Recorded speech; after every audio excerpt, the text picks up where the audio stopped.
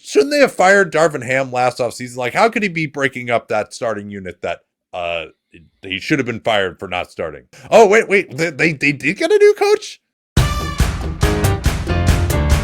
Let's get to the Lakers here. Yes. The Lakers are 5-4 on the season. Negative 1.8 net rating.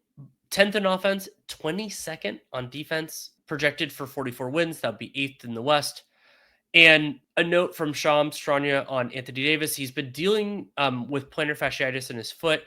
Was dealing with this since the end of last year, including the Olympics. And he played in Friday's win over the Sixers. I believe he played in their win over the Raptors as well. Yes, he did. He played 26 minutes. But that's just going to be a challenge. And then there's the D'Angelo Russell saga. Yeah, they moved him back to the bench, which, I mean, I guess it's a good idea. He was struggling. Maybe he can come in now firing with no conscience. And it does put more burden on LeBron to do more. But, he's still a guy who's a superstar. Like, he's just going to have to deal with that. Like you noted, his usage has only been about 25% so far. They're getting him ready for the NBA Cup, Nate.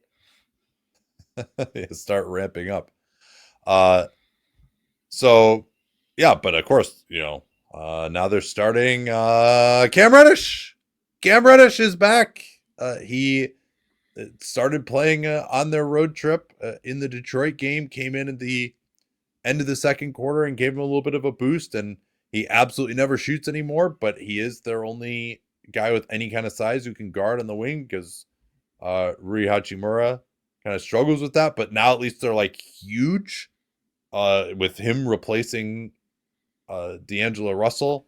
But like, not playing that amazing starting unit that's like the greatest starting unit ever. There's no holes at all with Austin Reeves and D'Lo and Hachimura and LeBron and AD. Man, do you know that group was 23-10 last year? Nobody was tanking at all during that time, of course. No, definitely not. I mean, shouldn't they have fired Darvin Ham last offseason? Like, how could he be breaking up that starting unit that he should have been fired for not starting? Oh, wait. They did get a new coach? This is like my biggest theme, is just like pretending it was all Darvin Ham's fault. And, there's all these, like, it's so obvious that, like, they could be getting more of this amazingly talented roster if he just hadn't played Taurean Prince. Like, okay, yeah, fine. Maybe like, Taurean Prince wasn't that good. And you should have started some other guys, like, who, by the way, weren't playing well at the start of the year. And by the way, like, they, with that group, did win them the NBA Cup. They were playing well. So, like, yeah, he could have been a little bit better. But this idea that, especially for, like, you've got LeBron and AD, this isn't like Mike Budenholzer coming in to coach a 23 or 24-year-old Giannis, or Steve Kerr coming in to coach a, mid-20s Steph Curry, Klay Thompson, Draymond Green. Like, the idea that a group led by LeBron and Anthony Davis was, like, going to be able, I mean, A, that there was, like, they're going to teach him so many new tricks, or B, that those guys even can learn any new tricks in addition to, like, some of these other guys, like a D'Lo or something like that. It just, yeah, I think there's some better stuff they could do on the margins. Like, they get in the high 40s and wins maybe, but like this, just JJ Redick, like, high geography that happened when they started 3-0. I mean, maybe it could still happen, but and they've won a couple straight since they've come back. They're now 5-0 at home. But it's just like this idea that there is some just like magic formula that Darvin Ham couldn't unlock. I never bought that. I was going to ask you about that. So the Lakers are now 5-0 at home, 1-4 on the road. Do you think there's anything to that? Yeah, statistical variance probably. That is as good an explanation as any, probably better than most. I So mean, here's it some is interesting- worth noting that they lost, like, one of their losses was getting pretty comfortably beaten by Detroit in Detroit. Like, it's not like it's like, oh, you played really tough teams. No, like, they played some good teams at home. I would actually, I would say that, like, that's about a 50% win expectancy for Detroit in that game against this team. I mean, they played as you know, like Danny, it. I've long been a Detroit believer. But like, I mean, if you look at who the Lakers have played, like they've played some good and bad teams at home and on the road, but it's 10 games. Some more interesting stats for the Lakers: 38% on self-created threes and only 33% on team created. Usually those two numbers are quite the opposite. So the fact that they're shooting so well on self-created threes, like 38% on self-created threes is like a crazy number. And that's a lot of that's LeBron. Reeves is kind of more of an off the dribble guy at times. D'Lo will do that some too. He's maybe more comfortable there, but that's a number that should get better. But yeah, they don't have a lot of like awesome spot up mavens. Some of the guys that are taking their spot ups, like a Gabe Vincent, are just like not making any of them. Want to get back to that Sport Radar paint touch stat.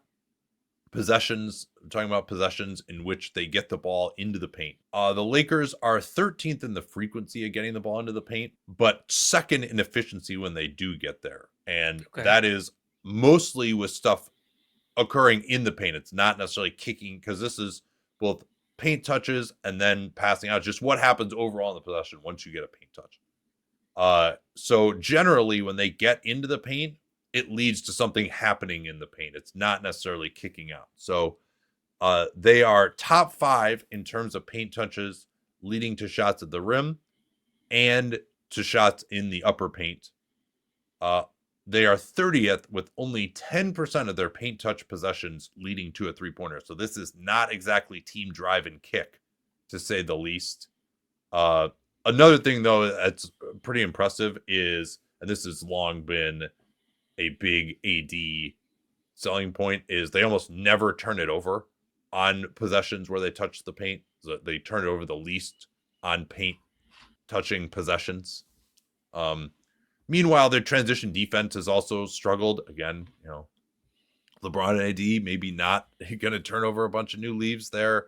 And if it's not LeBron and AD, they have no other players who can protect the rim or even like fly around to close out on a three-point. Can I give the cleaning the glass stats on this briefly before we get into? Please do. Yeah.